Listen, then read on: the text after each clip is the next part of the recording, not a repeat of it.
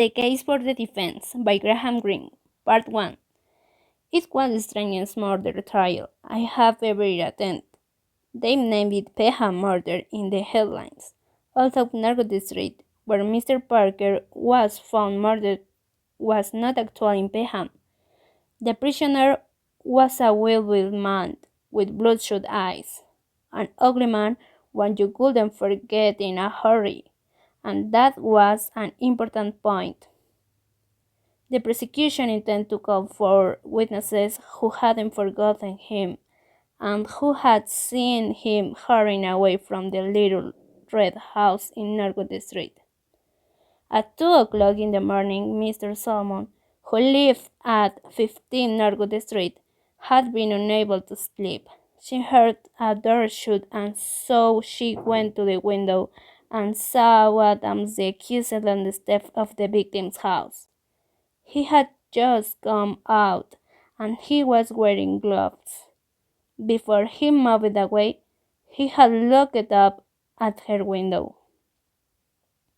Henry McDougall, who had been driving home late, nearly ran over Adams at the corner of Norwood Street because he was walking in the middle of the road, looking dazed and old, and was woken up by a noise and got up and looked out of the window, just as Mr. Salmon had done, saw Adam's back, and as they turned, those bloodshot eyes.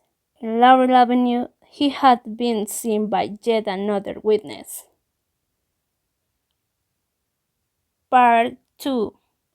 I understand, the lawyer for the prosecution said, that the defense intends to plead mistaken identity. Adam's wife will tell you that he was with her at 2 in the morning on February 14. However, after you have heard the witnesses for the prosecution and examined carefully the features of the prisoner, I don't think you will be prepared to admit the possibility of a mistake. Mr. Salmon was called again. She was the ideal witness, with her slight Scottish accent and her expression of honesty and kindness. There was no malice in her, and no sense of impotence. She told them what she had seen and how she had rung the police station. And do you see the man here in court? She looked straight at the big man in the dock, who stared hard at her with his bloodshot eyes without emotion. Yes, she said, there he is. You are quite certain? She said simply. I couldn't be mistaken, sir. Thank you, Mr. Salmon. The lawyer for the defense began to cross-examine Mr. Salmon.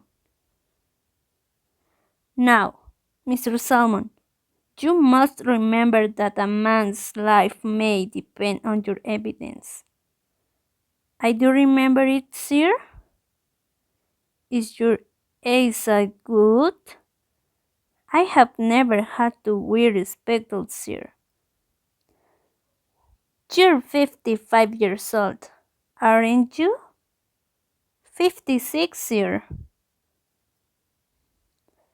And the man you saw was on the other side of the road.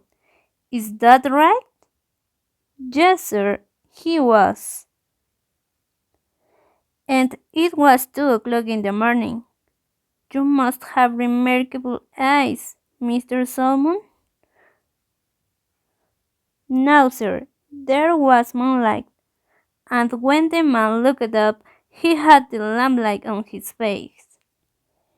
And you have no doubt whatever that the man you saw is the prisoner? None whatever, sir. It isn't a face you can easily forget.